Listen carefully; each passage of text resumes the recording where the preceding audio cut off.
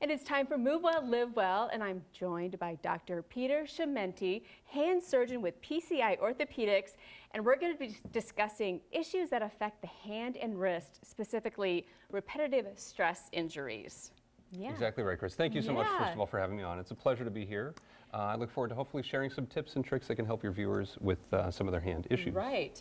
So I know one of them we're going to talk about is carpal tunnel, and that's one I think a lot of people have heard of, but maybe they're not familiar with what all the actual symptoms are. So what exactly is carpal tunnel syndrome? Yeah, so carpal tunnel, probably one of the most common conditions that present to our office. And when people have carpal tunnel, they come in complaining of numbness in their thumb, index, and middle finger. Okay. And that numbness can be at night. It can wake them up from sleep at night, shaking out the hand overnight, causing burning discomfort, or it can be during the daytime, common things while driving. This can be a very common thing that they complain of.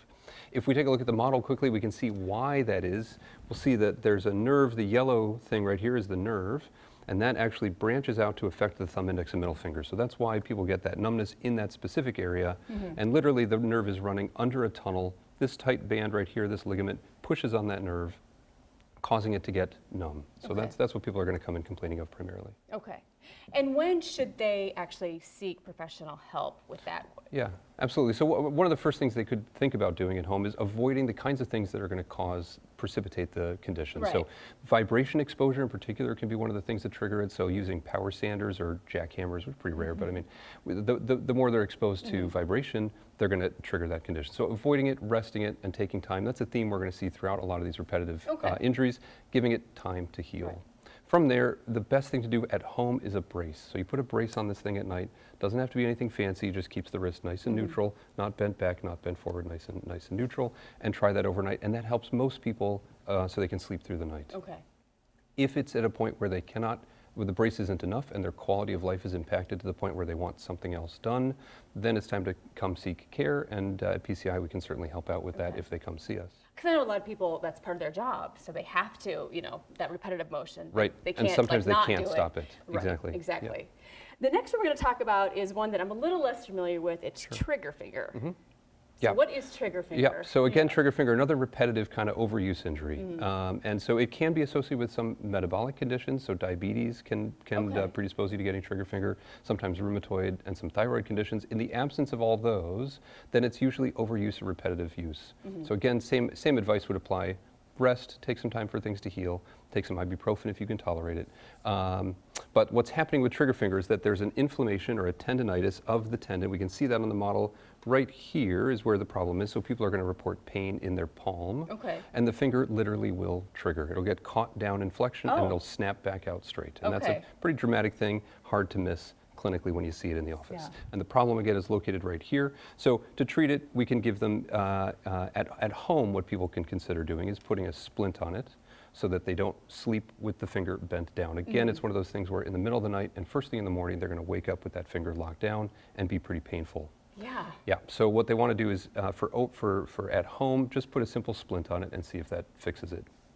If that isn't enough, again, that's when it's time to come see us, and we can offer steroid injections is generally considered standard of care. That's the first thing you would do for it. If those injections aren't enough, there is a small outpatient surgery to release that tendon right there, allowing it to glide without getting caught, so it fixes that catching of the finger. It's a couple-week recovery and back to action pretty quick.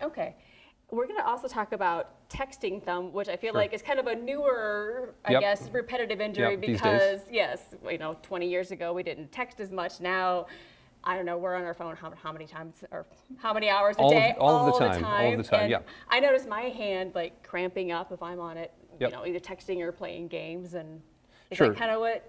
That's certainly one of the things that can lead to it, right? So historically, texting thumb used to be called mother's wrist. It's mother's wrist. And so that was, you know, mothers of newborn infants picking up their infant in the wrist in this position, going to aggravate the tendons on the side of the wrist here.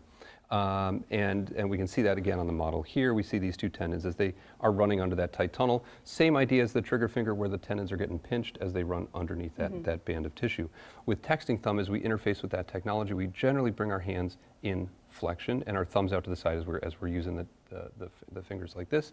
This again is putting a lot of stress on these two tendons, leading to that repetitive overuse and that inflammation. So again, put the phone down for a while, take a break, put some ice on it, you know, this sort of thing. The texting thumb is a little bit different as far as home remedies that people can do because the brace actually isn't particularly beneficial for the texting thumb. Oh, so you can't put a brace on and go back to texting? It's not, no, not Okay. right back to it. Yeah. So for this, again, when things are beyond their ability to tolerate it, this is when it's time to come see us. And for that, again, steroid injections considered the first thing to offer for that. And again, a small outpatient surgery to release that banded tissue, needed only in very rare cases. Okay. I feel like a lot of hand injuries are repetitive unless it's Yep. a break or a high impact. Yeah. Cuts and breaks and stuff, we also Right. see plenty of those. Yes. Yep. But I'm sure you see the majority of the repetitive. A lot of Yeah. times, yep, both from hobbies and from work and all kinds of things. Yep. So All right. our Thank you goal s- is really to get people back to their functional status. Back to it. normal. Yep. Right. Back to texting. That's it. Thank you so much, Doctor. Absolutely. I appreciate it. Thank you for having me.